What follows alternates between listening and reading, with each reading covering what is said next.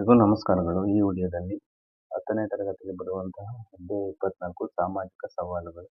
ಇಂಗ್ಲಿಷಲ್ಲಿ ಇದನ್ನು social challenges ಅಂತ ಕರೀತಾರೆ. ಈ ಅಧ್ಯಾಯ ನಾವು ಸ್ಟಡಿ ಮಾಡಿದಾಗ ಕೆಳಗಿನ ಅಂಶಗಳನ್ನು ತಿಳಿಯುತ್ತೇವೆ. ಬಾಲಕಾರ್ಮಿಕ ಸಮಸ್ಯೆ, ಅರ್ಥ, ಪರಿಣಾಮ, ಸಮಸ್ಯೆಗಳ ನಿರ್ಮೂಲನೆಗಾಗಿ ಸಾಂವಿಧಾನಿಕ ಕ್ರಮಗಳು. 2ನೇ ಪಾಯಿಂಟು ಸ್ತ್ರೀಯರ ಮೇಲಿನ ಹಿಂಸಾಚಾರ, ಬಾಲ್ಯ ವಿವಾಹ. 1ನೇ ಪಾಯಿಂಟು ವರದಕ್ಷಿಣೆ, ಸ್ವರೂಪ, ಪರಿಣಾಮಗಳು, ಪರಿಹಾರ ಕ್ರಮಗಳು. 4ನೇ ಪಾಯಿಂಟು ಹೆಣ್ಣು ಭ್ರೂಣ ಹತ್ಯೆ. ಸಮಾಜವು ಸಂಕೀರ್ಣವಾದಂತೆಲ್ಲ ಮುಗಿಲು ಮುಟ್ಟುವ ಕಾರ್ಯನಿರ್ವಹಣೆಯ ಬಿಕ್ಕಟ್ಟುಗಳು ಕೆಲವೊಮ್ಮೆ ವ್ಯಕ್ತಿ ಮತ್ತು ಸಂಸ್ಥೆಗಳನ್ನು ಕುಬ್ಜವಾಗಿಸಿ ಶೋಷಣೆಗೆ ದೊಡ್ಡುವುದುಂಟು. ಅವು ಆಯಾ ಕಾಲದ ಸಾಮಾಜಿಕ ಶೋಷಣೆಗಳಾಗಿ ಸಮಸ್ಯೆಗಳಾಗಿ ವ್ಯಕ್ತವಾಗುತ್ತವೆ. ಭಾರತದಂಥ ಅಭಿವೃದ್ಧಿ ಪಥದಲ್ಲಿರುವ ಸಮಾಜಗಳಲ್ಲಿ ಹಲವಾರು ಬಗೆಯ ಸಾಮಾಜಿಕ ಸವಾಲುಗಳು ತಾಂಡವಾಡುತ್ತಿವೆ. ಉದಾಹರಣೆಗೆ, ಮಿತಿಮೀರಿದ ಜನಸಂಖ್ಯೆ. ಭಾರತದಲ್ಲಿ ಜನಸಂಖ್ಯಾ ಸ್ಫೋಟ ಭಾರಿ ಇದೆ. ವಿಶ್ವದಲ್ಲೇ ಚೀನಾ ಬಿಟ್ಟು ಈ ಭಾರತದ ಪ್ರಥಮ ಸ್ಥಾನ ಪಡೆದಿರುವುದು ತುಂಬಾ ದೊಡ್ಡ ಸಂಗತಿ. ಬಡತನ, ನಿರುದ್ಯೋಗ, ಭಿಕ್ಷಾಟನೆ, ಬಾಲಾಪರಾಧ, ಬಾಲಕಾರ್ಮಿಕರ ಸಮಸ್ಯೆ, ಭ್ರಷ್ಟಾಚಾರ, ಮಹಿಳೆಯರ ಶೋಷಣೆ, ವರದಕ್ಷಿಣೆ ಕಿರುಕುಳ, ಯುವಜನರ ಅಶಾಂತಿ ಇತ್ಯಾದಿ. ಇವನ್ನು ಸಮಸ್ಯೆ ಎಂಬ ನಕಾರಾತ್ಮಕ ದೃಷ್ಟಿಯಿಂದ ನೋಡುವ ಬದಲು ಸವಾಲುಗಳು ಎಂಬ ಧನಾತ್ಮಕ ದೃಷ್ಟಿಯಿಂದ ನೋಡುವುದು ಅಗತ್ಯ. ಈ ಚಾಲೆಂಜ್ ಇದೆಯಲ್ಲ, ಈ ಸಮಸ್ಯೆಗಳು ನಕಾರಾತ್ಮಕ ಅಂದರೆ ನೆಗೆಟಿವ್ ದೃಷ್ಟಿಯಿಂದ ನೋಡುವ ಬದಲು ಸವಾಲು ಚಾಲೆಂಜು ಇವನ್ನ ಪಾಸಿಟಿವ್ ಆಗಿ ಆ ದೃಷ್ಟಿಯಿಂದ ನೋಡುವುದು ತುಂಬಾ ಮಹತ್ವವಾಗಿದೆ. ಇಂಥ ಹಲವಾರು ಸಾಮಾಜಿಕ ಸವಾಲುಗಳಲ್ಲಿ ಕೆಲವು ಪ್ರಮುಖ ಸವಾಲುಗಳ ಬಗ್ಗೆ ನಾವು ಕಿರು ಪರಿಚಯ ಮಾಡಿಕೊಳ್ಳೋಣ. ಮೊದಲನೇದು ಬಾಲಕಾರ್ಮಿಕತೆ. ಸಾಮಾನ್ಯವಾಗಿ ಅಪ್ರಾಪ್ತ ವಯಸ್ಸಿನ ಮಕ್ಕಳ ದುಡಿಮೆಯನ್ನು ಬಾಲಕಾರ್ಮಿಕತನ ಎಂದು ಕರೆಯಲಾಗುತ್ತದೆ. ಭಾರತದ ಸಂವಿಧಾನದ ಪ್ರಕಾರ 14 ವರ್ಷಕ್ಕಿಂತ ಕಡಿಮೆ ವಯಸ್ಸಿನ ಮಕ್ಕಳು ಆರ್ಥಿಕ ಸಂಪಾದನೆಯ ಉದ್ದೇಶದಿಂದ ದುಡಿಮೆ ಮಾಡುತ್ತಿದ್ದರೆ ಅಂತವರನ್ನು ಬಾಲಕಾರ್ಮಿಕರು ಎಂದು ಕರೆಯಲಾಗಿದೆ. ಆಯ್ತಲ್ಲ, ಬಾಲಕಾರ್ಮಿಕರು ಅಂದ್ರೆ ಭಾರತದ ಸಂವಿಧಾನದ ಪ್ರಕಾರ 14 ವರ್ಷಕ್ಕಿಂತ ಕಡಿಮೆ ವಯಸ್ಸಿನ ಮಕ್ಕಳು ಆರ್ಥಿಕ ಸಂಪಾದನೆಯ ಉದ್ದೇಶದಿಂದ ದುಡಿಮೆ ಮಾಡುತ್ತಿದ್ದರೆ ಅಂತವರನ್ನು ಬಾಲಕಾರ್ಮಿಕರು ಎಂದು ಕರೆಯಲಾಗಿದೆ. ಭಾರತದಂತ ಅಭಿವೃದ್ಧಿ ಹೊಂದುತ್ತಿರುವ ಹಲವಾರು ದೇಶಗಳಲ್ಲಿ ಮಕ್ಕಳ ದುರ್ಬಳಕೆ ಹಾಗೂ ದುಡಿತ ಒಂದು ಸಾಮಾಜಿಕ ದುರಂತವೆಂಬಂತಿದೆ. ಇದು ವರ್ಷದಿಂದ ವರ್ಷಕ್ಕೆ ಮತ್ತಷ್ಟು ಗಂಭೀರ ಸ್ವರೂಪ ತಳೆಯುತ್ತಿದೆ. 14 ವರ್ಷ ಅಂದ್ರೆ 14 ಇಯರ್ಸ್ ವಯಸ್ಸನ್ನು ಮೀರದ ಜಾಸ್ತಿ ಆಗದ 14 ವರ್ಷಕ್ಕಿಂತ ಕೆಳಗಿನ ಮಕ್ಕಳನ್ನು, ಅದೆಷ್ಟೋ ಮಕ್ಕಳನ್ನು ಬೇರೆ ಬೇರೆ ಪ್ರದೇಶಗಳಲ್ಲಿ ದುಡಿಸಿಕೊಳ್ಳಲಾಗ್ತದೆ. ಹೆಚ್ಚಿನ ಸಂಖ್ಯೆಯ ಬಾಲಕಾರ್ಮಿಕರು ಹೊಲ, ಗದ್ದೆ, ತೋಟಗಳು ಮುಂತಾದ ಗ್ರಾಮೀಣ ಪರಿಸರದಲ್ಲಿ ದುಡಿಯುತ್ತಿದ್ದರೆ ಉಳಿದವರು ನಗರ ಅಂದ್ರೆ ಸಿಟಿ ಹಾಗೂ ಕೈಗಾರಿಕಾ ಪ್ರದೇಶಗಳಲ್ಲಿ ದುಡಿಯುತ್ತಿದ್ದಾರೆ. ಕೈಗಾರಿಕಾ ಪ್ರದೇಶ ಅಂದ್ರೆ ಇಂಡಸ್ಟ್ರಿಯಲ್ ಏರಿಯಾದಲ್ಲಿ ದುಡಿತಾ ಇದ್ದಾರೆ ಅಂದ್ರೆ ಕೆಲಸ ಮಾಡ್ತಾ ಇದ್ದಾರೆ. ಈ ಚಿತ್ರದಲ್ಲಿ ಗಮನಿಸಿ ವಿದ್ಯಾರ್ಥಿಗಳು, ಇವೆಲ್ಲ ಬಾಲಕಾರ್ಮಿಕರು ಕೆಲಸಗಳನ್ನು ಮಾಡ್ತಾ ಇದ್ದಾರೆ ನೋಡಿ. 1 2 3 4 ಕಾರಣಗಳು. ಬಾಲಕಾರ್ಮಿಕರಾಗಲು ಕಾರಣಗಳೇನು ಅಂತ ಹೇಳಿದ್ರೆ, ಕಡು ಬಡತನ, ಪಾವರ್ಟಿನ ಜಾಸ್ತಿ ಆಗಿರೋದು, ಬಡತನ ಜಾಸ್ತಿ ಆಗಿರೋದು, ಕೌಟುಂಬಿಕ ಕಲಹ, ಕುಟುಂಬದಲ್ಲಿ ಫ್ಯಾಮಿಲಿಯಲ್ಲಿ ಜಗಳ ಆಡೋದು, ಪೋಷಕರಲ್ಲಿ ಹೊಂದಾಣಿಕೆ ಇಲ್ಲ, ಗಂಡ ಹೆಂಡತಿ ಜಗಳದಿಂದ ಮಕ್ಕಳು ಬಡವಾದ್ರು ಅನ್ನೋದು ಮಕ್ಕಳಿಗೆ ಕಷ್ಟ ಆಗೋದು, ಇದು ಕೌಟುಂಬಿಕ ಕಲಹ. ವಿಚ್ಛೇದನ, ಡೈವರ್ಸ್ ಅಂತ ಹೇಳೋದು, ಗಂಡ ಹೆಂಡತಿ ಬೇರೆ ಬೇರೆ ಆಗೋದು, ಇದರಿಂದ ಮಕ್ಕಳ ಅನಾಥ ಆಗೋದು. ಕೌಟುಂಬಿಕ ಹಿಂಸೆ, ಫ್ಯಾಮಿಲಿಯಲ್ಲಿ ಕುಟುಂಬದಲ್ಲಿ ದೌರ್ಜನ್ಯ ಮಾಡೋದು, ಇವೆಲ್ಲ. ಪೋಷಕರ ಅತಿಯಾದ ನಿಯಂತ್ರಣ, ಪೇರೆಂಟ್ಸ್ ಇರ್ತಾರಲ್ಲ, ತಂದೆ ತಾಯಿಗಳು, ಅಜ್ಜ ಅಜ್ಜಿ ಮುಂತಾದವರು ಅತಿಯಾದ ನಿಯಂತ್ರಣ ಮಾಡೋದು. ಉದ್ಯಮಿಗಳ ಲಾಭಕೋರತನ, ಉದ್ಯಮಿಗಳು ಚಿಕ್ಕ ಮಕ್ಕಳನ್ನ ಕೆಲಸ ತಗೊಂಡ್ರೆ ಹೆಚ್ಚಿನ ಕೆಲಸ ಮಾಡ್ಕೊಂಡು ದುಡಿಸ್ಕೊಂಡು ಹೆಚ್ಚಿನ ಸಂಪಾದನೆ ಮಾಡ್ಬೋದು ಅನ್ನೋ ಒಂದು ಕೆಟ್ಟ ದುರಾಸೆ ಈ ಫ್ಯಾಕ್ಟ್ರಿ ಓನರ್ಗಳು, ಇಂಡಸ್ಟ್ರಿಯಲ್ ಓನರ್ಗಳ, ಈ ಉದ್ಯಮಿಗಳ ಲಾಭಕೋರತನ ಕಾರಣ ಆಗ್ತಿರೋದು. ಓದು ಬರಹ ಬಾರದೇ ಇರೋ ಅಂತ ಶಿಕ್ಷಣ ವ್ಯವಸ್ಥೆ ಇಲ್ಲದೆ ಇರೋಂಥದ್ದು, ಮಕ್ಕಳ ಅಪಹರಣ, ಮಕ್ಕಳನ್ನ ಕಿಡ್ನಾಪ್ ಮಾಡೋದು ಹಾಗೂ ಜೀತ, ಮಕ್ಕಳನ್ನ ಸಂಬಳಕ್ಕಿಡೋದು ಮುಂತಾದ ಕಾರಣಗಳಿಂದ ಬಾಲಕಾರ್ಮಿಕರ ಸಮಸ್ಯೆ ಇತ್ತೀಚೆಗೆ ಇದೆ. ದುಷ್ಪರಿಣಾಮಗಳು. ಮಕ್ಕಳ ದುಡಿತವೆಂಬುದು ಸಾಮಾಜಿಕ ವ್ಯವಸ್ಥೆ ಒಂದು ಗಂಭೀರ ಪಿಡುಗಾಗಿದೆ. ಅಂದರೆ ಸೋಷಿಯಲ್ ಎವಿಲ್ಸ್ ಅಂತೀವಲ್ಲ ಅದು. ಮಕ್ಕಳನ್ನು ದಿನವಿಡೀ ದುಡಿಸಿಕೊಳ್ಳುವುದೇ ಅಲ್ಲದೆ ಅವರ ಮಾನಸಿಕ, ಭಾವನಾತ್ಮಕ, ಶೈಕ್ಷಣಿಕ, ವೈದ್ಯಕೀಯ ಮತ್ತಿತರ ಅಗತ್ಯತೆಗಳ ಬಗ್ಗೆ ಇವರಿಗೆ ಯಾವುದೇ ಕಾಳಜಿ ಇರುವುದಿಲ್ಲ. ಅದರ ಬದಲು ಅವರನ್ನು ದೈಹಿಕವಾಗಿ, ಮಾನಸಿಕವಾಗಿ ಹಿಂಸಿಸುವುದು ಕಂಡುಬಂದಿದೆ. ಅನಾರೋಗ್ಯ, ಪೌಷ್ಟಿಕ ಆಹಾರದ ಕೊರತೆ, ಅವರಿಗೆ ಆರೋಗ್ಯವಿಲ್ಲದೆ ಇರುವಂಥದ್ದು, ಉತ್ತಮವಾದ ಆಹಾರಗಳನ್ನು ನೀಡದೇ ಇರುವುದು, ವೈದ್ಯಕೀಯ ಸೌಲಭ್ಯಗಳ ಕೊರತೆ. ವೈದ್ಯಕೀಯ ಅಂದರೆ ಆಸ್ಪತ್ರೆಯಲ್ಲಿರುವಂಥ ಸೌಲಭ್ಯಗಳು, ಔಷಧೋಪಚಾರಗಳ ಕೊರತೆ, ಒತ್ತಾಯದ ರೂಢಿತ, ಕೆಲಸ ಮಾಡುವಂಥ ಪ್ಲೆಸರ್ ಹಾಕೋದು, ಆರ್ಥಿಕ ಮತ್ತು ಸಾಮಾಜಿಕ ಶೋಷಣೆ ಬಹಳ ಕೆಟ್ಟ ಎಕನಾಮಿಕ್ ಅಂಡ್ ಸೋಷಿಯಲ್ ಎಕ್ಸ್ಪ್ಲೋಟೇಷನ್ ಅಂತ ಇದೆಲ್ಲ ಅದು. ಇವೇ ಮೊದಲಾದ ಕಾರಣಗಳಿಂದ ಲಕ್ಷಾಂತರ ಮಂದಿ ಬಾಲಕಾರ್ಮಿಕರು ಇಂದಿಗೂ ಬವಣೆ ಪಡುತ್ತಿದ್ದಾರೆ. ಬವಣೆ ಅಂದರೆ ಕಷ್ಟ. ಲಕ್ಷಾಂತರ ಮಂದಿ ಬಾಲಕಾರ್ಮಿಕರಾಗಿ ಕಷ್ಟಪಡ್ತಾ ಇದ್ದಾರೆ, ದುಡಿತಾ ಇದ್ದಾರೆ. ಆಟವಾಡುವ, ಕನಸು ಕಾಣುವ ಮತ್ತು ಓದುವ ವಯಸ್ಸಿನಲ್ಲಿ ಅವರನ್ನು ದುಡಿಮೆಗೆ ದೂಡಿ ಅವರ ಬಾಲ್ಯವನ್ನು ಮೂಲಕ ತಿಳಿದುಕೊಳ್ಳಲಾಗಿದೆ. ನಿಯಂತ್ರಣ ಕ್ರಮಗಳು.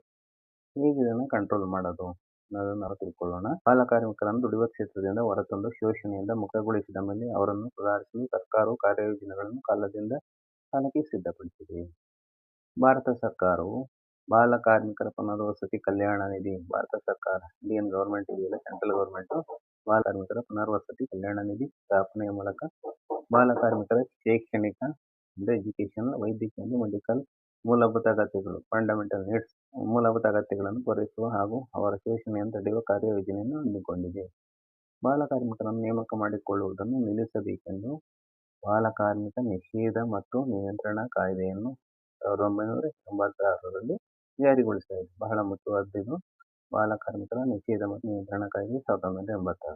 ಕಾಯ್ದೆ ಈ ಕಾನೂನು ಅಥವಾ ಶಾಸನವನ್ನು ಉಲ್ಲಂಘಿಸಿದ ಉದ್ಯೋಗಪತಿಗಳು, ಅಂದರೆ ಕೆಲಸವನ್ನು ಮಾಡಿಸಿಕೊಳ್ಳುವಂತ ಕಾರ್ಖಾನೆಗಳ ಯಜಮಾನರು, ಫ್ಯಾಕ್ಟರಿಗಳಲ್ಲಿ, ಹೊಲ ಗದ್ದೆಗಳಲ್ಲಿ ಕೆಲಸವನ್ನು ಕೊಡುವಂತಹ ಉದ್ಯೋಗದಾತರು ಪ್ರತಿಯೊಬ್ಬ ಬಾಲಕಾರ್ಮಿಕನ ಪರವಾಗಿ 20,000 ರೂಗಳ ದಂಡವನ್ನು ಕಲ್ಯಾಣ ನಿಧಿಗೆ ಕಡ್ಡಾಯವಾಗಿ ಭರಿಸಬೇಕಾಗ್ತದೆ. ಬಹಳ ಮುಖ್ಯವಾದ ನೋಡಿ, ಬಾಲಕಾರ್ಮಿಕರ ಕಾಯ್ದೆ ನಿಯಂತ್ರಣ, ಬಾಲಕಾರ್ಮಿಕ ನಿಷೇಧ ಮತ್ತು ನಿಯಂತ್ರಣ ಕಾಯ್ದೆಯನ್ನು ಉಲ್ಲಂಘಿಸಿದ ಉದ್ಯೋಗಪತಿಗೆ ಪ್ರತಿಯೊಬ್ಬ ಬಾಲಕಾರ್ಮಿಕನ ಪರವಾಗಿ 20,000 ರೂಪಾಯಿಗಳ ದಂಡವನ್ನು ಕಲ್ಯಾಣ ನಿಧಿಗೆ ಕಡ್ಡಾಯವಾಗಿ ಅಂದರೆ ಕಂಪಲ್ಸರಿಯಾಗಿ ಕೊಡಬೇಕಾಗ್ತದೆ. ಸಾಂವಿಧಾನಿಕ ಪರಿಹಾರ ಕ್ರಮಗಳು. ಸಾಂವಿಧಾನಿಕ ಪರಿಹಾರ ಕ್ರಮಗಳು ನಮ್ಮ ಸಂವಿಧಾನದ 24ನೇ ವಿಧಿಯು ಆರ್ಟಿಕಲ್ 14 ವರ್ಷಕ್ಕೂ ಕಿರಿಯ ವಯಸ್ಸಿನ ದುಡಿಮೆಗೆ ನೇಮಿಸುವುದು ಶಿಕ್ಷಾರ್ಹ ಅಪರಾಧ ಎಂದು ಘೋಷಿಸಿದೆ. ಅಪಾಯಕಾರಿಯಾದ ಯಾವುದೇ ಕೈಗಾರಿಕಾ ಘಟಕದಲ್ಲಿ ಮಕ್ಕಳನ್ನು ಉದ್ಯೋಗಿಗಳಾಗಿ ನೇಮಕ ಮಾಡಬಾರದು ಎಂದು ಎಚ್ಚರಿಸಿದೆ. ಸಂವಿಧಾನದ ರಾಜ್ಯ ನಿರ್ದೇಶಕ ಸೂತ್ರಗಳ ಪ್ರಕಾರ ಮಕ್ಕಳ ರಕ್ಷಣೆಯನ್ನು ಸಾಧಿಸುವ ಹೊಣೆಗಾರಿಕೆ ಸರ್ಕಾರಕ್ಕಿದೆ ಎಂದು ತಿಳಿಸಿದೆ. ಬಾಲಕಾರ್ಮಿಕತನವನ್ನು ನಿರ್ಮೂಲನ ಮಾಡಲು ಸರ್ಕಾರ ಹಲವಾರು ಕ್ರಮಗಳನ್ನು ಕೈಗೊಂಡಿದೆ. 1988ರಲ್ಲಿ ರಾಷ್ಟ್ರೀಯ ಬಾಲಕಾರ್ಮಿಕ ಯೋಜನೆಯನ್ನು ಅಂದರೆ NCLP national child labour project ಜಾರಿಗೆ ತಂದಿದೆ. ಈ ಯೋಜನೆಯು ರಾಜ್ಯಗಳ ಹಂತದಲ್ಲಿ ಇದೆ, ಅಂದರೆ ರಾಜ್ಯಗಳ ಸ್ಟೇಟ್ ಲೆವೆಲಲ್ಲಿ ಇದೆ. ರಾಜ್ಯದಲ್ಲಿ ಶಿಕ್ಷಣ ಇಲಾಖೆ, ಕಾರ್ಮಿಕ ಇಲಾಖೆ ಮತ್ತು ಮಹಿಳಾ ಮತ್ತು ಮಕ್ಕಳ ಕಲ್ಯಾಣ ಇಲಾಖೆಗಳು ಸೇರಿ ಕಾರ್ಖಾನೆಗಳಿಗೆ ಭೇಟಿ ನೀಡಿ ಬಾಲಕಾರ್ಮಿಕರನ್ನು ಪತ್ತೆ ಹಚ್ಚಿದ್ದಾರೆ. ಬಾಲಕಾರ್ಮಿಕರಾಗಿ ಸಿಕ್ಕಿದಂಥ ಮಕ್ಕಳನ್ನು ಕರೆತಂದು ಎಲ್ಲ ರೀತಿಯ ಉಚಿತ ಸೌಲಭ್ಯಗಳೊಂದಿಗೆ ಶಿಕ್ಷಣವನ್ನು ನೀಡಲಾಗುತ್ತದೆ.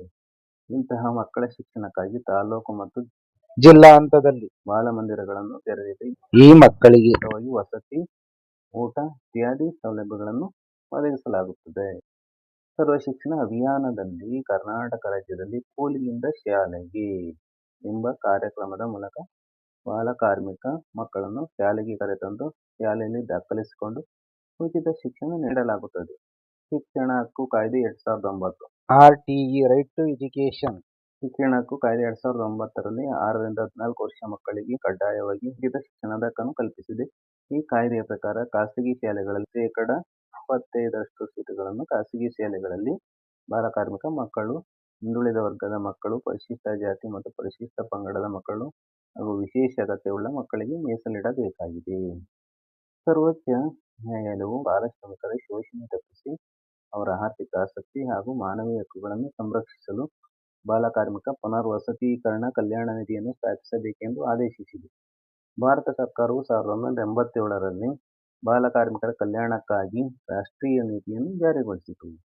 1988ರಲ್ಲಿ ಬಾಲಕಾರ್ಮಿಕರ ಕಲ್ಯಾಣಕ್ಕಾಗಿ ಕಾರ್ಯಯೋಜನೆಯನ್ನು ಅಂದರೆ ವೈಕಲ್ಪಿತ ಕಾರ್ಯಯೋಜನೆಯನ್ನು ರೂಪಿಸಿದೆ. 2006ರಲ್ಲಿ ಸರ್ಕಾರ ಬಾಲಶ್ರಮ ನಿರ್ಮೂಲನಾ ಪುನರ್ವಸತೀಕರಣ ಕಾಯ್ದೆಯನ್ನು ಜಾರಿಗೊಳಿಸಿತು. ಇವೆಲ್ಲವೂ ಸಹ ಬಾಲಕಾರ್ಮಿಕರ ವಿಷಯದ ಬಗ್ಗೆ ಇರುವಂತಹ ಮುಖ್ಯವಾದ ಅಂಶಗಳಾಗಿವೆ. ಮಕ್ಕಳ ಮೇಲಿನ ಲೈಂಗಿಕ ದೌರ್ಜನ್ಯ ತಿಳ್ಕೊಳ್ಳೋಣ. ಇತ್ತೀಚಿನ ದಿನಗಳಲ್ಲಿ ಮಕ್ಕಳ ಮೇಲೆ ಶಾಲೆಗಳಲ್ಲಿ, ಕುಟುಂಬಗಳಲ್ಲಿ, ಸಾರ್ವಜನಿಕ ಸ್ಥಳಗಳಲ್ಲಿ ಹೆಚ್ಚುತ್ತಿರುವ ಲೈಂಗಿಕ ದೌರ್ಜನ್ಯಗಳನ್ನು ತಡೆಯುವಂತಹ ದಿಕ್ಕಿನಲ್ಲಿ ಲೈಂಗಿಕ ಅಪರಾಧಗಳಿಂದ ಮಕ್ಕಳ ರಕ್ಷಣಾ ಕಾಯ್ದೆ ಲೈಂಗಿಕ ಅಪರಾಧಗಳಿಂದ ಮಕ್ಕಳ ರಕ್ಷಣಾ ಕಾಯ್ದೆ 2012 ಪೋಕ್ಸೋ ಅಂತಾರೆ ಸ್ಟಾರ್ಟ್ ಆಗಿ ಅದನ್ನು ವಿಸ್ತರಿಸಿದಾಗ protection of children from sexual offence act 2012 ಜಾರಿಗೆ ತರಲಾಗಿದೆ. ನೋಡಿ, ಇದು ಮಕ್ಕಳಲ್ಲಿ ಏನೋ ಸಹ ನಾವು ಲೈಂಗಿಕವಾಗಿ ಪ್ರಚೋದಿಸಬಾರ್ದು, ಅದು ದೌರ್ಜನ್ಯಕ್ಕಾಗುತ್ತೆ. ಪೋಕ್ಸೋ ಕಾಯ್ದೆ ಇದೆ, ಅದನ್ನು ನಾವು ತಿಳ್ಕೋಬೇಕಾಗಿದೆ. ಈ ಪೋಕ್ಸೋ ಕಾಯ್ದೆ ಅಂದರೆ ಈ ಕಾಯ್ದೆಯು ಮಕ್ಕಳ ಮೇಲಿನ ಲೈಂಗಿಕ ದೌರ್ಜನ್ಯವನ್ನು ವಿವರಿಸುತ್ತದೆ. 18 ವರ್ಷದೊಳಗಿನ ಯಾವುದೇ ಮಕ್ಕಳ ಮೇಲೆ ಯಾವುದೇ ರೀತಿಯ ಲೈಂಗಿಕ ಉದ್ದೇಶದಿಂದ ಶೋಷಣೆ, 18 ವರ್ಷದೊಳಗಿನ ಯಾವುದೇ ಮಕ್ಕಳ ಮೇಲೆ, ಗಂಡು ಅಥವಾ ಹೆಣ್ಣಾಗಿರ್ಬೋದು, ಯಾವುದೇ ರೀತಿಯ ಲೈಂಗಿಕ ಉದ್ದೇಶದಿಂದ ಶೋಷಣೆ, ಹಿಂಸೆ, ದೌರ್ಜನ್ಯ, ಕಿರುಕುಳ ನಡೆಸಿದ ಅಥವಾ ಅಸುರಕ್ಷಿತ ಸ್ಪರ್ಶ ಮಾಡಿದರೆ ಅದನ್ನು ಲೈಂಗಿಕ ದೌರ್ಜನ್ಯ ಎಂದು ಪರಿಗಣಿಸಿ ಅಂಥವರಿಗೆ ಶಿಕ್ಷೆ ನೀಡುವ ಕಾನೂನು ಇದಾಗಿದೆ ನೋಡಿ.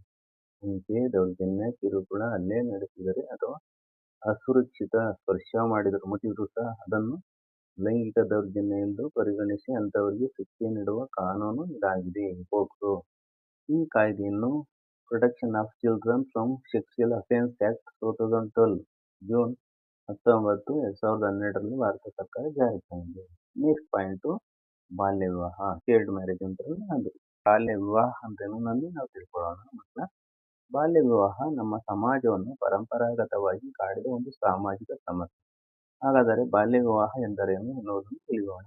ಕಾನೂನಿನ ಪ್ರಕಾರ, ಕಾಯ್ದೆಯ ಪ್ರಕಾರ ಬಾಲ್ಯ ವಿವಾಹ ಎಂದರೆ ನೋಡಿ ತಿಳ್ಕೊಳ್ಳಿ, 18 ವರ್ಷದೊಳಗಿನ ಹುಡುಗಿಗೆ, ಬಾಲಕಿಗೆ ಅಥವಾ 21 ವರ್ಷದೊಳಗಿನ ಹುಡುಗನಿಗೆ ಮದುವೆ ಮಾಡಿದರೆ ಅದನ್ನು ಬಾಲ್ಯ ವಿವಾಹ ಎಂದು ಕರೆಯಲಾಗುತ್ತದೆ. ತಿಳ್ಕೊಳ್ಳಿ, ಇದು ಬಾಲ್ಯ ವಿವಾಹ ಅಂತೇನು. ಬಾಲ್ಯ ವಿವಾಹ ಅಂದರೆ 18 ವರ್ಷದೊಳಗಿನ ಹುಡುಗಿಗೆ, ಬಾಲಕಿಗೆ ಅಥವಾ 21 ವರ್ಷದೊಳಗಿನ ಹುಡುಗನಿಗೆ ಮದುವೆ ಮಾಡಿದರೆ ಅದನ್ನು ಬಾಲ್ಯ ವಿವಾಹ ಎಂದು ಕರೆಯಲಾಗುತ್ತದೆ. ಇಂಗ್ಲಿಷ್ನಲ್ಲಿ ಇದನ್ನು ಚೈಲ್ಡ್ ಮ್ಯಾರೇಜ್ ಅಂತ ಕರೆಯುತ್ತಾರೆ. ಇದರಲ್ಲಿ ಯಾರಾದರೊಬ್ಬರು ಕಾನೂನು ಅದಕ್ಕಿಂತ ಚಿಕ್ಕವರಿದ್ದರೆ ಅದು ಬಾಲ್ಯ ವಿವಾಹ. ಹುಡುಗನಿಗೆ 21 ವರ್ಷ ಆಗಿರಬೇಕು ಹಾಗೂ ಹುಡುಗಿಗೆ 18 ವರ್ಷ ಆಗಿರಬೇಕು. ಇಲ್ಲದಿದ್ದಲ್ಲಿ ಅಂತಹ ಮದುವೆ ಬಾಲ್ಯ ವಿವಾಹ ಆಗ್ತದೆ. ಜೊತೆಗೆ 18 ವರ್ಷದೊಳಗಿನ ಬಾಲಕಿಯನ್ನು ಯಾರೇ ದೊಡ್ಡವರು ಮದುವೆಯಾದಲ್ಲಿ ಅದು ಬಾಲ್ಯ ವಿವಾಹವಾಗುತ್ತದೆ. ಆ ವಯಸ್ಸಿನ ಒಳಗೆ ಯಾರದ್ದೇ ಮದುವೆಯಾದಲ್ಲಿ ಕಾನೂನು ಬಾಹಿರ ಮತ್ತು ಅದು ಅಪರಾಧ, ಅಫೆನ್ಸ್ ಆಗ್ತದೆ. ಬಾಲ್ಯ ವಿವಾಹಕ್ಕೆ ಕಾರಣಗಳು.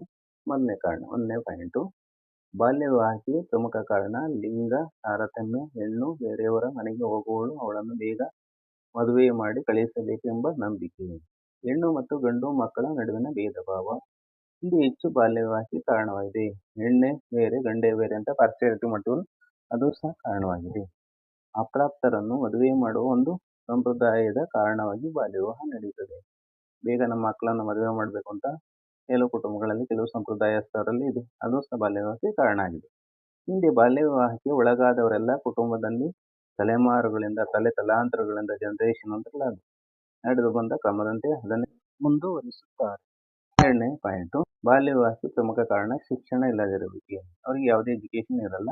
ಬಾಲ ಕಾರ್ಮಿಕತೆ, ಮಕ್ಕಳ ಸಾಗಾಣಿಕೆ ಮತ್ತು ಮಾರಾಟ. ಚಿಕ್ಕ ವಯಸ್ಸಿನಲ್ಲಿ ಶಾಲೆಗೆ ಹೋಗದೆ ಬಾಲಕಾರ್ಮಿಕರಾಗಿದ್ದಲ್ಲಿ ಮುಂದೆ ಅನಕ್ಷರಸ್ಥರಾಗಿ ಬಾಲ್ಯ ವಿವಾಹದಂಥ ಸಮಸ್ಯೆಗೆ ಒಳಗಾಗ್ತಾರೆ. ಉದಾಹರಣೆಗೆ 8ನೇ ತರಗತಿ ಅಥವಾ 10ನೇ ತರಗತಿಯವರೆಗೆ ಓದಿದ ಅಥವಾ ಶಿಕ್ಷಣ ಪಡೆದಂಥ ಬಡ ಕುಟುಂಬಗಳು ತಮ್ಮ ಮಕ್ಕಳನ್ನು 18ರಿಂದ 21 ವರ್ಷದೊಳಗೆ ಮದುವೆ ಮಾಡುವುದಿಲ್ಲ. ಆದ್ದರಿಂದ 18 ವರ್ಷದ ತನಕ ಶಿಕ್ಷಣ ಎಷ್ಟು ಪ್ರಮುಖ ಎಂಬುದನ್ನು ತಿಳಿಯಬೇಕು. ಮೂರನೇ ಪಾಯಿಂಟು, ಕಾನೂನಿನ ಕನಿಷ್ಠ ಮಟ್ಟದ ಅನುಷ್ಠಾನ ಮತ್ತು ಬಳಕೆ ಕೊರತೆ. ಕಾನೂನನ್ನ ಜಾರಿ ಮಾಡೋದು ಮತ್ತು ಅದನ್ನು ಕಾನೂನನ್ನು ಬಳಕೆ ಮಾಡಿಕೊಳ್ಳುವುದರಲ್ಲಿ ನಾವು ಎಡವಿದ್ದೀವಿ, ಕೊರತೆಯಾಗಿದ್ದೀವಿ. ಶಿಕ್ಷಣ ವ್ಯವಸ್ಥೆಯಲ್ಲಿ ಕಾನೂನುಗಳ ಅನುಷ್ಠಾನದ ಕೊರತೆ ಶಿಕ್ಷಣಕ್ಕೆ ಸಮಾಜದ, ಸಮುದಾಯಗಳ ಸಾರ್ವಜನಿಕ ಸಹಕಾರ, ಮಕ್ಕಳ ಹಕ್ಕುಗಳ ಮತ್ತು ಮಕ್ಕಳ ಅಭಿವೃದ್ಧಿ ಕಾರ್ಯಕ್ರಮಗಳ ದೋಷಪೂರಿತವಾದ ಅನುಷ್ಠಾನ. ಬಾಲ್ಯ ವಿವಾಹದ ದುಷ್ಪರಿಣಾಮಗಳನ್ನು ತಿಳ್ಕೊಳ್ಳೋಣ. ಮಕ್ಕಳ ಸರ್ವತೋಮುಖ ಬೆಳವಣಿಗೆ ಕುಂಠಿತವಾಗಿ ಅವರು ಪ್ರಶ್ನಿಸುವ ಸ್ವಾತಂತ್ರ್ಯವನ್ನು ಕಳೆದುಕೊಳ್ಳುತ್ತಾರೆ. ಇದರ ಪರಿಣಾಮವಾಗಿ ಮಕ್ಕಳ ಮೇಲೆ ಅತಿಯಾದ ದೌರ್ಜನ್ಯ, ನಿರ್ಲಕ್ಷ್ಯ, ಹಿಂಸೆ, ಶೋಷಣೆ ಮತ್ತು ಲೈಂಗಿಕ ದೌರ್ಜನ್ಯ ಹೆಚ್ಚುತ್ತದೆ.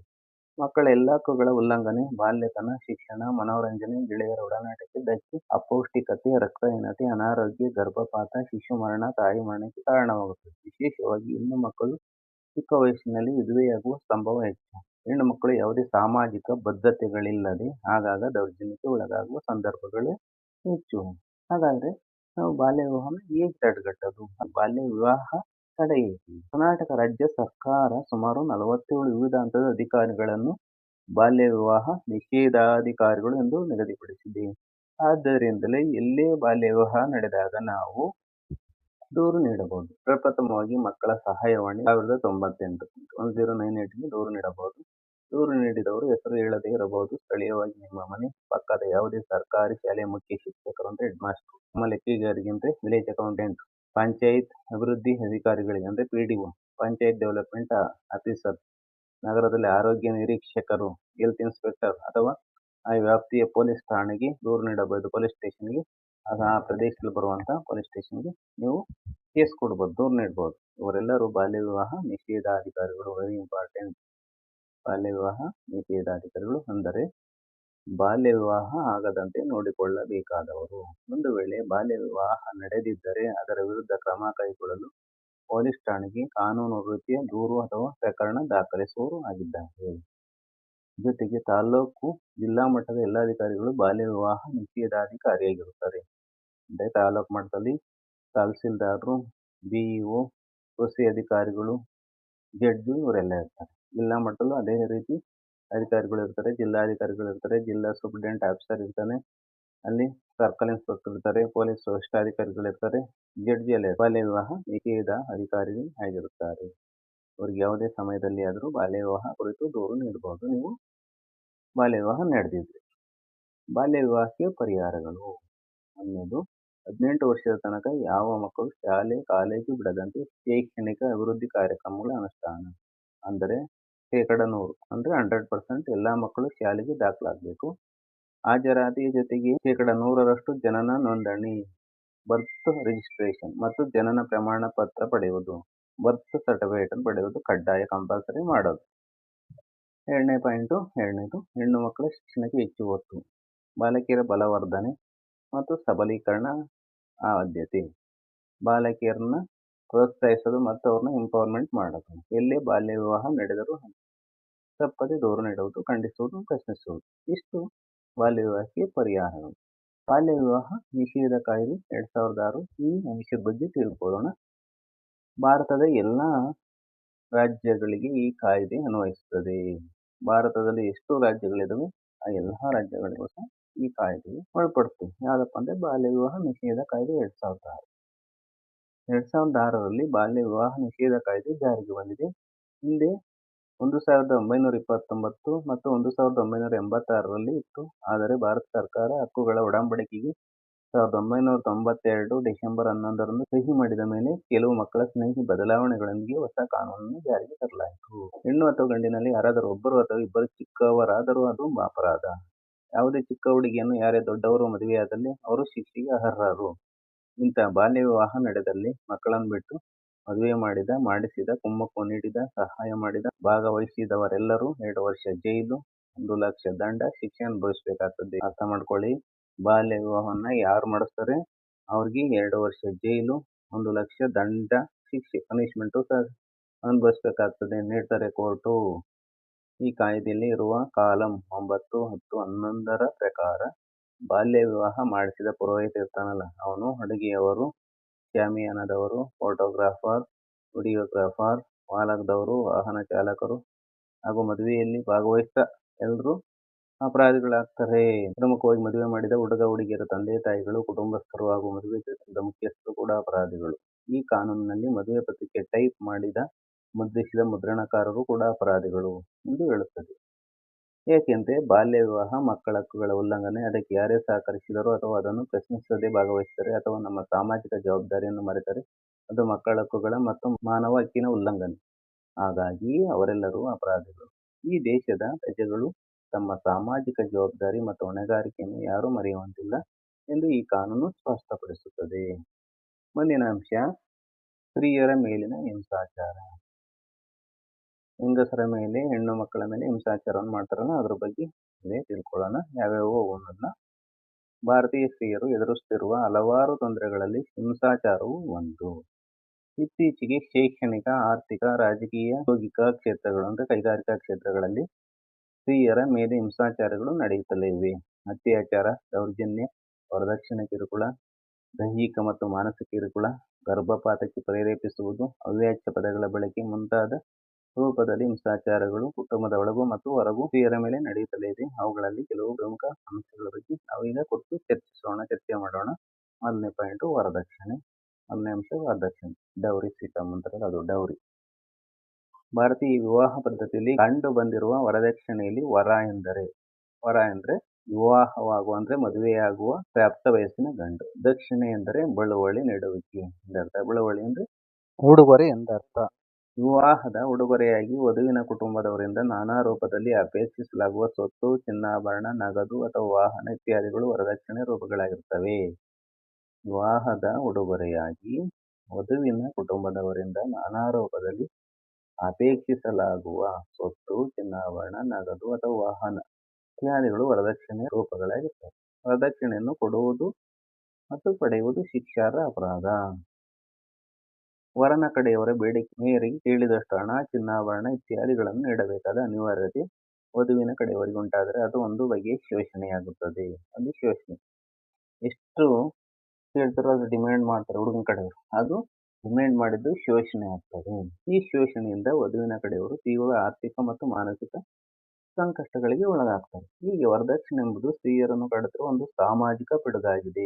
ಸಮಾಜದಲ್ಲಿರುವಂತಹ ಕೆಟ್ಟ ಪಿಡುಗು. ವರದಕ್ಷಿಣೆಯಿಂದ ಸ್ತ್ರೀಯರ ಮೇಲೆ ದೌರ್ಜನ್ಯವೆಸಗಲಾಗುತ್ತಿದೆಯಲ್ಲದೆ ಅವರನ್ನು ಶೋಷಣೆ, ಕೊಲೆ ಮತ್ತು ಹಿಂಸೆಗಳಿಗೆ ಒಳಪಡಿಸಲಾಗುತ್ತಿದೆ. ವರದಕ್ಷಿಣೆ ದುಷ್ಪರಿಣಾಮಗಳು. ಏನು ಕೆಟ್ಟ ಪರಿಣಾಮ ಬೀರುತ್ತದೆ? ವರದಕ್ಷಿಣೆ ಸ್ತ್ರೀಯರ ಸ್ವಾಭಿಮಾನ, ಗೌರವ, ಸ್ಥಾನಮಾನವನ್ನು ಕುಗ್ಗಿಸುತ್ತದೆ ಮತ್ತು ಕೌಟುಂಬಿಕ ಕಲಹಗಳನ್ನುಂಟು ಮಾಡುತ್ತದೆ.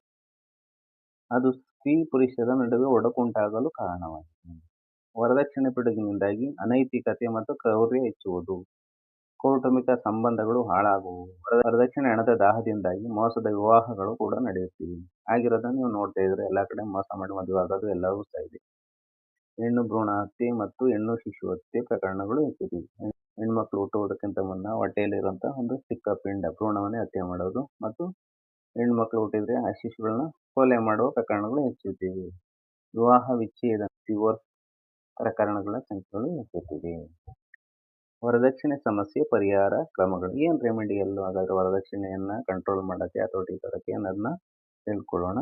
1961ರ ವರದಕ್ಷಿಣೆ ನಿಷೇಧ ಕಾಯ್ದೆ ಇದೆ ನಮ್ಮ ದೇಶದಲ್ಲಿ. ವರದಕ್ಷಿಣೆ ಪಿಡುಗನ್ನು ಶಾಸನಾತ್ಮಕವಾಗಿ ನಿವಾರಣೆ ಮಾಡಲು ಭಾರತ ಸರ್ಕಾರ 1961ರಲ್ಲಿ ವರದಕ್ಷಿಣೆ ನಿಷೇಧ ಕಾಯ್ದೆಯನ್ನು ಜಾರಿಗೊಳಿಸಿದೆ. ವರದಕ್ಷಿಣೆ ಷರತ್ತಿನ ಮೇರೆಗೆ ವಿವಾಹವಾಗುವುದನ್ನು ಈ ಕಾನೂನು ನಿಷೇಧಿಸಿದೆ.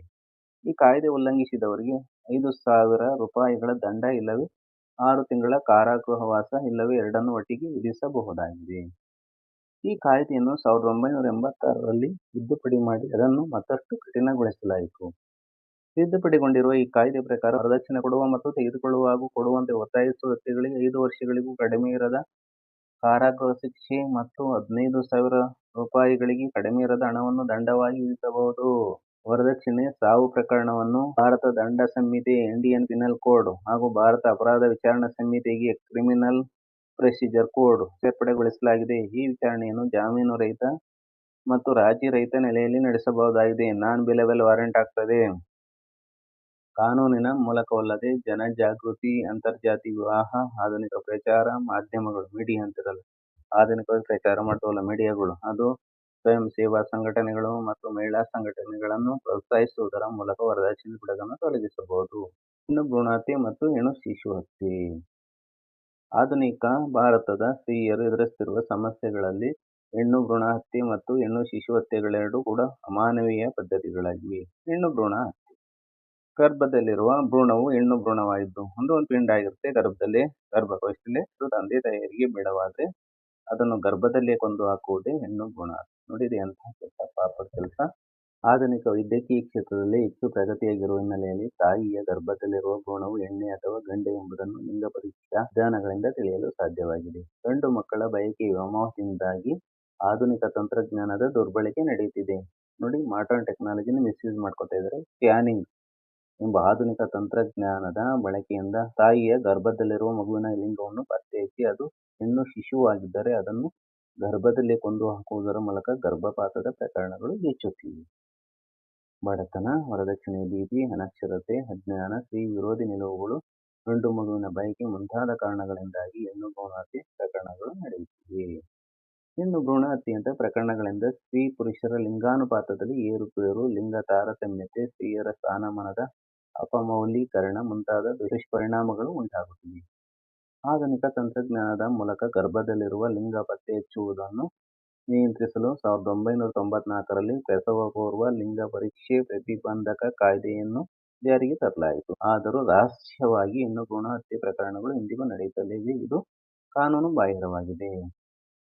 ಇಲ್ಲಿ ನಾವೊಂದು ಚಾರ್ಟ್ ಕೊಟ್ಟಿದ್ದಾರೆ ನೋಡೋಣ. 2001ರಲ್ಲಿ ಸೆನ್ಸಸ್ ಆಗುತ್ತೆ. 2001ರ ಜನಗಣತಿಯಂತೆ ಲಿಂಗ ಅನುಪಾತ ಅಂದ್ರೆ ಸ್ತ್ರೀಯರು ಮತ್ತು ಪುರುಷರು ಎಷ್ಟಿದೆ ಅನ್ನೋದನ್ನ ನಾವು ತಿಳ್ಕೊಳ್ಳುವಂತ ಈ ಚಾರ್ಟ್. 2001ರಲ್ಲಿ ಸ್ತ್ರೀಯರು 933 ಇದ್ರು, ಪುರುಷರು 1000 ಜನ ಇದ್ರು. ಅಂದ್ರೆ 1000 ಪುರುಷರಿಗೆ 933 ಸ್ತ್ರೀಯರು ಇದ್ರು. 2011ರ ಜನಗಣತಿಯಂತೆ ಲಿಂಗಾನುಪಾತ. ಆಗ ಸ್ತ್ರೀಯರು ಪುರುಷರು ನಾವು ತಿಳ್ಕೊಳ್ಳೋಣ. 943 ಸ್ತ್ರೀಯರಿದ್ರೆ 1000 ಪುರುಷರು ಇದ್ರು. ಗ್ರಾಮೀಣ ಭಾಗದಲ್ಲಿ, ಹಳ್ಳಿಯ ಭಾಗದಲ್ಲಿ 949 ಸ್ತ್ರೀಯರಿದ್ರೆ 1000 ಪುರುಷರಿದ್ರು. ನಗರ ಪ್ರದೇಶಗಳಲ್ಲಿ ಸ್ತ್ರೀಯರು 928 ಮಂದಿ ಇದ್ರೆ ಪುರುಷರು 1000 ಮಂದಿ ಇದ್ರು. ಇದು ಒಂದು ಅಂಕಿಅಂಶಗಳು, ಡೇಟಾ. ಹೆಣ್ಣು ಶಿಶು ಹತ್ಯೆ. ಜನನದ ನಂತರದಲ್ಲಿ ಹೆಣ್ಣು ಮಗುವನ್ನು ಪತ್ತೆ ಮಾಡುವ ಕ್ರೂರ ಪದ್ಧತಿ ಹೆಣ್ಣು ಶಿಶು ಹತ್ಯೆ. ಇತ್ತೀಚಿನ ದಿನಗಳಲ್ಲಿ ಹೆಣ್ಣು ಶಿಶು ಹತ್ಯೆಯ ಪ್ರಕರಣಗಳು ಅಲ್ಲಲ್ಲಿ ಬೆಳಕಿಗೆ ಬಂದಿವೆ. ಹೆಣ್ಣು ಶಿಶು ಹತ್ಯೆಯಂತ ಹೇಯ ಕೃತ್ಯಗಳನ್ನು ತಡೆಗಟ್ಟಲು ಸರ್ಕಾರ ಪ್ರತಿಬಂಧಕ ಕಾಯ್ದೆಗಳನ್ನು ಜಾರಿಗೊಳಿಸಿದೆ. ಹೆಣ್ಣು ಭ್ರೂಣ ಹತ್ಯೆ ಮತ್ತು ಹೆಣ್ಣು ಶಿಶು ಹತ್ಯೆಗಳೆರಡೂ ಶಿಕ್ಷಾರ್ಹ ಅಪರಾಧವಾಗಿವೆ. ಹೆಣ್ಣು ಶಿಶು ಹತ್ಯೆಯಂತ ಹೇಯ ಕೃತ್ಯಗಳನ್ನು ತಡೆಗಟ್ಟಲು ಸರ್ಕಾರ ಪ್ರತಿಬಂಧಕ ಕಾಯ್ದೆಗಳನ್ನು ಜಾರಿಗೊಳಿಸಿದೆ. ಪ್ರತಿಬಂಧಕ ಕಾಯ್ದೆ ಅಂದರೆ ಹೆಣ್ಣು ಶಿಶು ಹತ್ಯೆಯನ್ನು ಮಾಡೋದನ್ನು ನಿಲ್ಲಿಸುವಂತ ಕಾಯ್ದೆ, ಅಪರಾಧಿ ಕಾಯ್ದೆ ಇದು. ಹೆಣ್ಣು ಮಕ್ಕಳನ್ನು ಹತ್ಯೆ ಮಾಡಿದರೆ ಇದು ಅಪರಾಧಿ ಕಾಯ್ದೆಯನ್ನು ಜಾರಿಗೊಳಿಸಿದೆ ಭಾರತ ಸರ್ಕಾರ. ಹೆಣ್ಣು ಭ್ರೂಣ ಹತ್ಯೆ ಮತ್ತು ಶಿಶು ಹತ್ಯೆಗಳೆರಡು ಶಿಕ್ಷಾರ್ಹ ಅಪರಾಧವಾಗಿವೆ. ಹೆಣ್ಣು ಭ್ರೂಣ ಹತ್ಯೆ ಮತ್ತು ಹೆಣ್ಣು ಶಿಶು ಹತ್ಯೆಗಳೆರಡು ಕಾನೂನಿನ ಪ್ರಕಾರ ಶಿಕ್ಷಾರ್ಹವನ್ನು ಅಂದರೆ ಶಿಕ್ಷೆ ವಿಧಿಸುವಂತ ಅಪರಾಧವಾಗಿದೆ. ಎಲ್ಲರಿಗೂ ಸಹ ಧನ್ಯವಾದಗಳು.